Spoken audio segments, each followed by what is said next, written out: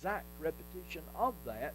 And listen to this. And your offspring shall possess the gate of his enemies. He shall possess, your offspring will possess the gate. You know what that means? That means when you possess the gates of your enemies in Old Testament language, it means that you tread them down. It means that you overcome them, that you overpower them. Your descendants shall possess the gates of their enemies. And get this, in your offspring shall all the nations of the earth be blessed. So here again, you have a temple setting, and there are other verses that feed into this, but you get the general idea. You have a temple setting there on Moriah. You have God blessing Abraham. You have God promising that he will multiply him and cause his seed to become as the sands of the seashore, and that he will give him dominion in the earth, and that his descendants will subdue their enemies. You have duplication of the mandate of Genesis 27, 1:27 and 28 here. We turn now to Abraham's grandson, Jacob. In Genesis chapter 35, we find Jacob returning to Canaan from Mesopotamia, and God appears to him, and God says to him, I am God Almighty, be fruitful and multiply.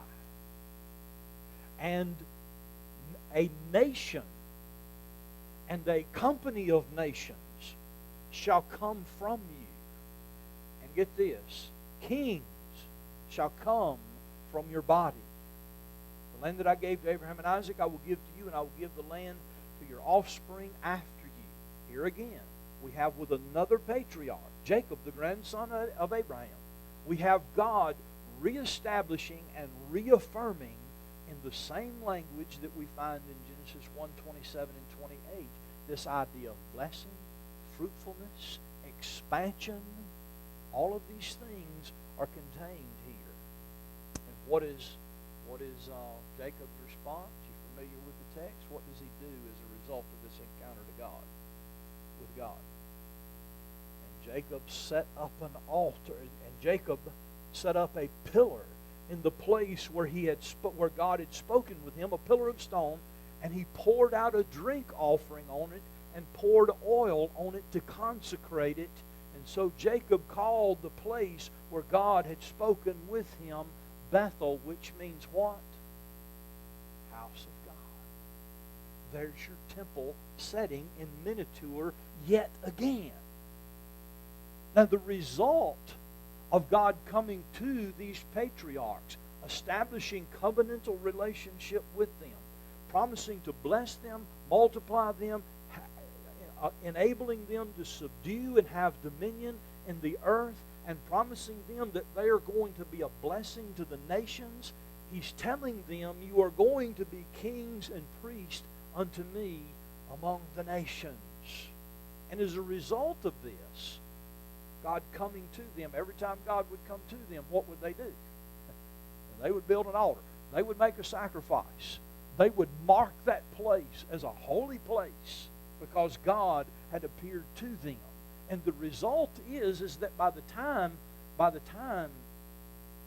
nation of Israel takes possession of the land of Canaan, the terrain is literally dotted with little shrines, little temples, all over the land of Canaan. You've got temples or shrines at Shechem, you've got them at Bethel, you've got them at Hebron, you've got them at Moriah. And in these little miniature temples, these miniature shrines, the patriarchs functioned as priest kings. They received blessing. They were given commission to multiply as king priest and to fill the earth.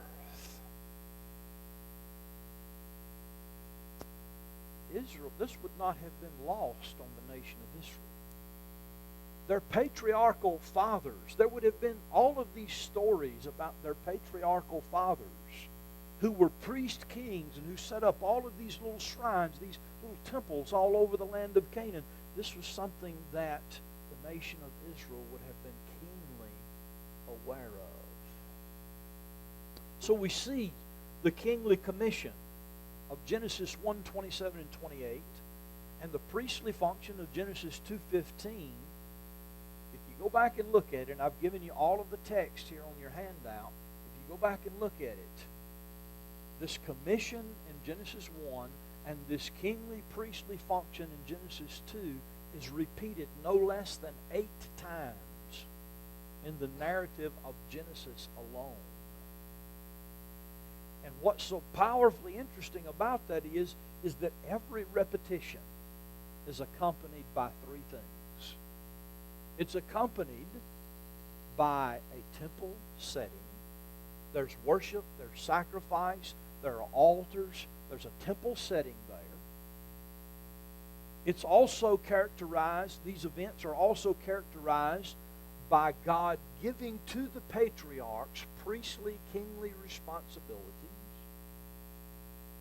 And then it's also, every one of these are characterized by God giving them an expansion mandate.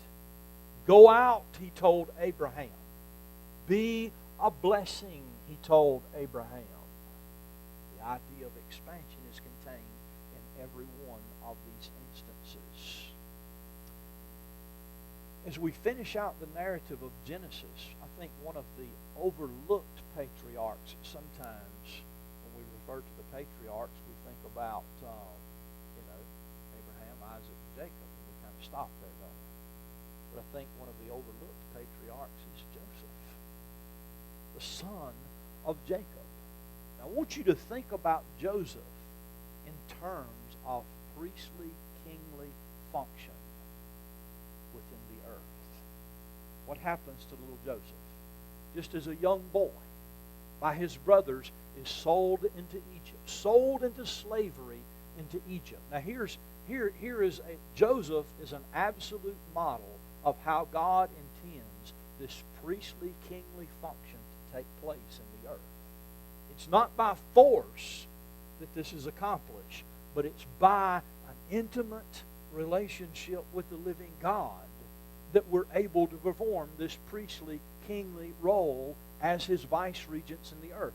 Little Joseph is sold down into Egypt, sold to Potiphar, becomes Potiphar's slave, does well, manages Potiphar's household well, but he's falsely accused by Potiphar's wife. He's thrown into prison, and there he meets the butcher and the baker and the candlestick maker. No, I'm kidding. But the baker and the cupbearer, the king's baker and the king's cupbearer, and they have dreams, and he interprets those dreams. God gives him the interpretation of those dreams, and those men are eventually taken out of prison and restored to the king, and they just completely forget about Joseph.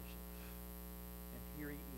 Until one day, the Pharaoh has a dream, and the cupbearer remembers there's a man languishing in prison that can get interpretation of dreams from the living God.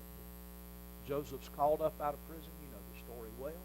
He interprets the king's dream, and in the king's dream, basically God was communicating there are going to be 7 years of extraordinary plenty in the land of Egypt. Then there are going to be 7 years of horrific famine. Joseph interprets the dream. What happens? Pharaoh exalts him, makes him the agricultural minister of the entire nation of Egypt, and during the 7 years, Joseph puts all of these things, all of this produce into the storehouses of Egypt. Think about the priestly, kingly function that is taking place here. As a priest, he mediates between God and man.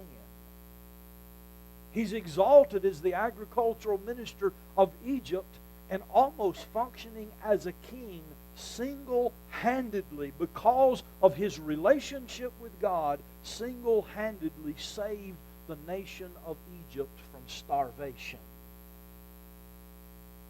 But not only, as Dan pointed out the other day when I was talking to him about this, not only did he save the nation of Egypt, but the surrounding nations were saved because of this one little young man with a striped coat, who was God's kingly, priestly vice-regent.